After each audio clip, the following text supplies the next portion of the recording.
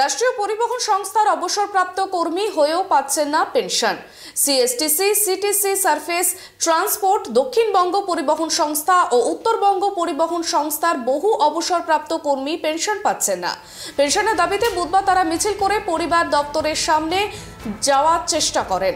Police অবশ্য মিছিল অনেক আগেই আটকে দেয়। অভিযোগ, কিছু মানুষ পেনশন পাচ্ছেন, আবার কেউ কেউ পেনশন পাচ্ছেন না। সেই সঙ্গে পরিবহন সংস্থার জমি বিক্রির বিরুদ্ধেও তারা প্রতিবাদ জানান। বিক্ষোভকারীরা অভিযোগ করেন, পেনশন না পেয়ে অনেকে অনাহারে মারা গেছেন, অনেকে চিকিৎসা করাতে পারেননি, চিকিৎসার অভাবে মারা গিয়েছেন।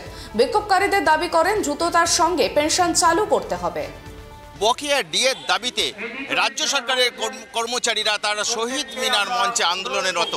আর ঠিক এই অবস্থায় আমরা দেখতে পাচ্ছি, এই যারা দেখছেন তারা হচ্ছে রাজ্য পরিবহন দপ্তরের অবসরপ্রাপ্ত কর্মী। অর্থাৎ তারা রাজ্য সরকারের যে বাস চলে সেই বাসে তারা কেউ কন্ডাক্টর, কেউ ড্রাইভার, কেউ ট্রাফিক ডিপার্টমেন্টে কাজ করেন। তারা পেনশন পাচ্ছেন না এবং যার জন্যই কিন্তু আজকে তারা আন্দোলনে নেমেছেন, অর্থাৎ তারা বঞ্চিত হয়ে আছেন। আমাদের সোজা বক্তব্য হচ্ছে, আমাদের পেনশন যারা পায় তাদের সাথে আমরা কেন পাচ্ছি না? আমরা তখন আমাদের সুযোগ একবার দিয়েছে, আর দুবার আমাদের সুযোগ দেয়নি সই করার। যখন অপশানে সই হচ্ছিল আমাদের দুবার সুযোগ দেয়নি। সে 1 ঘন্টার জন্য দেয়ালে টাঙ্গিয়ে নিয়ম মাফিক সেটা আউট করে দিয়েছে। এইবার এখন আমরা বিভিন্ন মন্ত্রীদের কাছে, পরিবহন মন্ত্রী যারা হয়েছে আজকে প্রায় 10 বছর ধরে, আমরা বিভিন্ন মন্ত্রীদের কাছে গিয়েছি, কোনো উত্তর নেই তার। সেই জন্য এখন আমরা বাধ্য হয়ে এই বয়সে এইসব যারা পেনশন পায় না তাদের নিয়ে আমরা রাস্তায় নেমে গেছি। আমাদের এখন মোটামুটি পেনশন পায়, মোটামুটি 2800 মতো পেনশন পায়, আর পায় না মোটামুটি তাও 2500 মতো। 2200 থেকে 2500 পেনশন পায় না এখন। এই বঞ্চনা, এই সরকার তো বঞ্চনার সরকার। এই সরকারটা তো বঞ্চনার সরকার। এই সরকার কোনো কিছু 11 সাল থেকে এসেই তো আমাদের ডিএটাও দিচ্ছে না।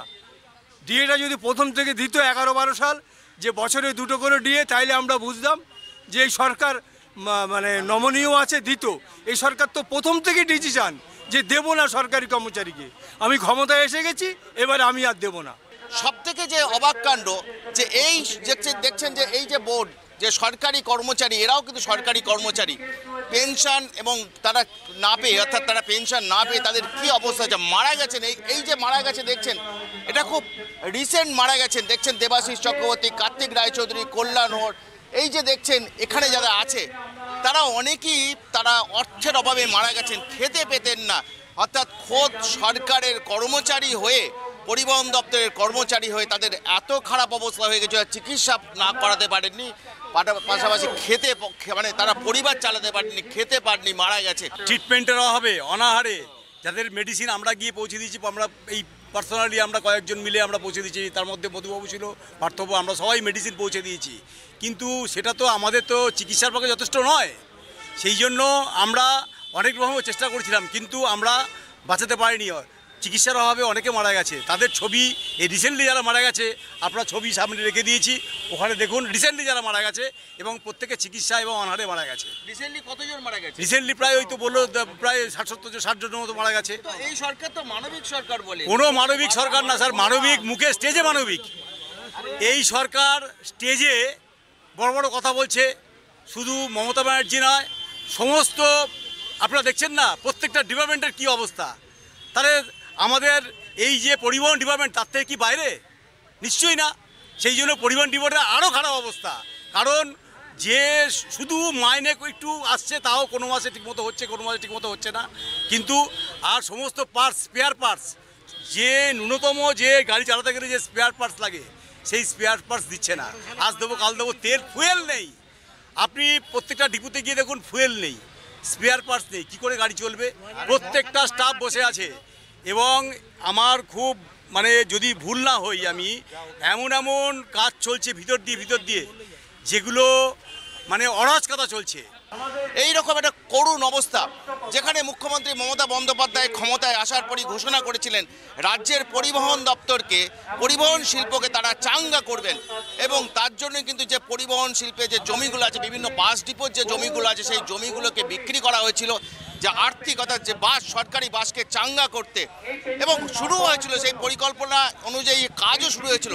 কিন্তু আমরা দেখলাম যে কয়েক বছর দুয়েকের মধ্যেই কিন্তু পরিবহন শিল্প যেমনটা রুগ্ন ছিল এমন রুগ্ন হয়ে গেল মাঝ থেকে, যে ডিপোর যে জায়গা জমিগুলো সেই জমিগুলো কিন্তু বিক্রি করে দেওয়া হলো। কিন্তু পরিবহন শিল্প এখন যে তিমিরে সেই তিমিরে, অর্থাৎ রাস্তায় এখনো সরকারি বাস দেখবেন না, কমে গিয়েছে।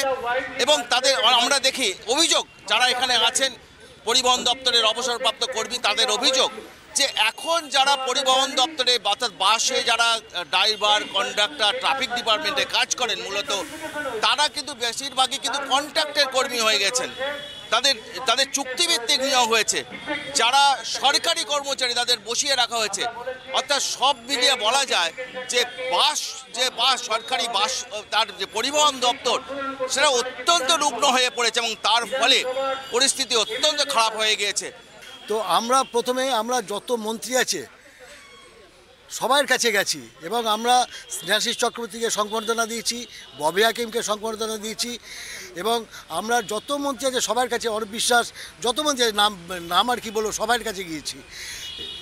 এমনকি আমাদের যে সাংসদ অভিষেক ব্যানার্জি, ওনার কাছেও গিয়েছিলাম 3 বার।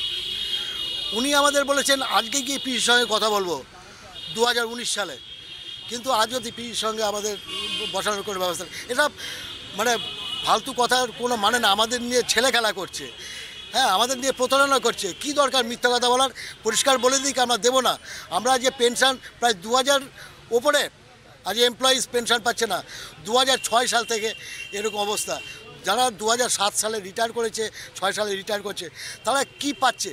3 লাখ টাকা রিকভারি পেয়েছে। 3 লাখ টাকা পেয়ে কেউ বলছে আবার সাইকেলের টায়ার টিউব কেনার পয়সা নেই। তার কাছে আমরা কি বলবো? তা যাই হোক, আমরা পথে নেমেছি, আমরা পথেও নেমেছি এবং আদালতেও আছি, দুদিকেই আছি। আমরা কিছু করার নেই। এই সরকারের কাছে আমাদের কোনো রকম আশা কিচ্ছু নেই। আমরা কি করব? এই সরকার মুখে এক কথা, কাজে এক কথা, পুরো ফেক ধরে চলছে। জানি না এইভাবে ওরা নিশ্চয়ই এবার থাকবে না, আমরা জানি। যদি চলে যায় তো আশীর্বাদ, আমাদের হয়তো পেনশন তাহলে একটা সুরাহা হবে। মক্ষম রুটগুলো যে এখান থেকে আমাদের রেভিনিউ আর্ন হচ্ছে সেগুলো সব বন্ধ করে দেওয়া হচ্ছে, সব প্রাইভেটকে দিয়ে দেওয়া হচ্ছে। আমাদের গাদিয়ারা ছিল, তারপরে আমতা রুট ছিল, তারপরে বাগনান ছিল, সমস্ত মানে খুব প্রফিটেবল হচ্ছে রুট। সেই রুটে হচ্ছে বাসগুলো সব বন্ধ করে দিয়ে প্রাইভেটকে দিয়ে দেওয়া হয়েছে। ক্যানিং হচ্ছে আমাদের বিভৎস, ডিউটি করতে গেলে আমাদের বুকের পাঁজর ব্যথা হয়ে যেত, এত ভিড় ছিল। কিন্তু সেই সব প্রাইভেটকে দিয়ে আমাদের মানে সর্বনাশ ডেকে নিয়ে এসে সব পরিকল্পিতভাবে। নেতা মন্ত্রী ছাড়া আর কারা পাবে? এবং এই কারণেই এতগুলো মানুষ এই সরকারের আমলে 2011 সালের পর থেকে প্রায় 60 থেকে 70 জন কর্মী, তারা কেউ অনাহারে মারা গেছেন, কেউ চিকিৎসার অভাবে মারা গেছেন। এরকম একটা শোচনীয় অবস্থা তৈরি হয়েছে। বলছিলেন যারা এখানে এসছেন, যারা বারবার সরকারের দ্বারস্থ হয়েছেন, যে পরিবহন শিল্পের এই দাবিগুলো, তাদের যে দাবি, সেই দাবি নিয়ে তারা বারবার রাজ্য সরকারের দ্বারস্থ হয়েছেন। কখনো মন্ত্রী, কখনো নেতাদের কাছে গেছেন, কিন্তু আশ্বাস পেয়েছেন, কাজের কাজ কিছু হয়নি। তাই এই পরিস্থিতিতে দাঁড়িয়ে আজকে যারা দেখছেন, যারা অবসর নিয়েছেন, এই অবসরপ্রাপ্ত কর্মী যারা পরিবহন দপ্তরের, তাদের 50% তারা 50% আছে তারা পেনশন পান, আর বাকি 50% তারা পেনশন পান না। অর্থাৎ যারা পেনশন পান তারা পেনশন পান না, তারা আজকে রাস্তায়। অর্থাৎ একটা অবস্থা অত্যন্ত শোচনীয়।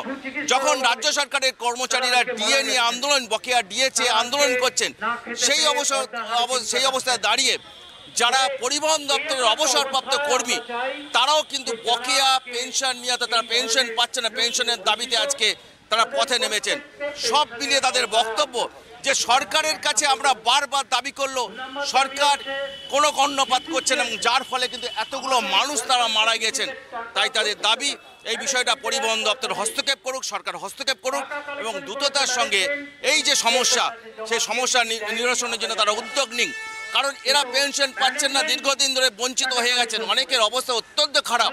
এবং সেই পরিস্থিতিতে দাঁড়িয়ে আজকে তারা পরিবহন দপ্তর অভিযান করছেন, এবং এর আগেও তারা করেছেন, কিন্তু সুরাহা মিলছে না। তাই তাদের এটা দাবি যে সরকার অন্তত করে সিম্প্যাথেটিক্যালি অর্থাৎ মানবিক দিক দিয়ে চিন্তা ভাবনা করুক যে এতগুলো লোককে কেন পেনশন দেওয়া হবে না, এবং এই দাবিতেই আজকে তারা রাস্তায় নেমেছেন। এবং আদালতেও তারা মামলা করেছেন তাদের এই দাবি নিয়ে। অর্থাৎ তারা চান যে সরকারের একদম উচ্চপদস্থ নবান্ন থেকে হস্তক্ষেপ করা হোক এবং পরিবহন দপ্তরের যে অবস্থা সেই অবস্থাকে পরিবহন দপ্তরকে চাঙ্গা করতে সরকার আরও পরিকল্পনা করুক। যেভাবে জমিগুলো বিক্রি করে দেওয়া হয়েছে, সেই জমি বিক্রি করে যে পরিবহন শিল্পকে চাঙ্গা করার পরিকল্পনা ছিল তা হয়নি।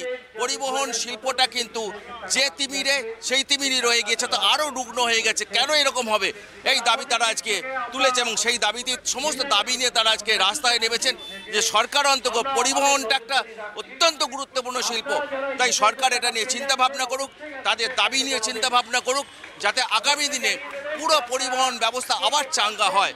ক্যামেরায় সূর্য শঙ্কর অধিকারীর সঙ্গে রাজীব দত্ত, ট্রাইব টিভি, কলকাতা।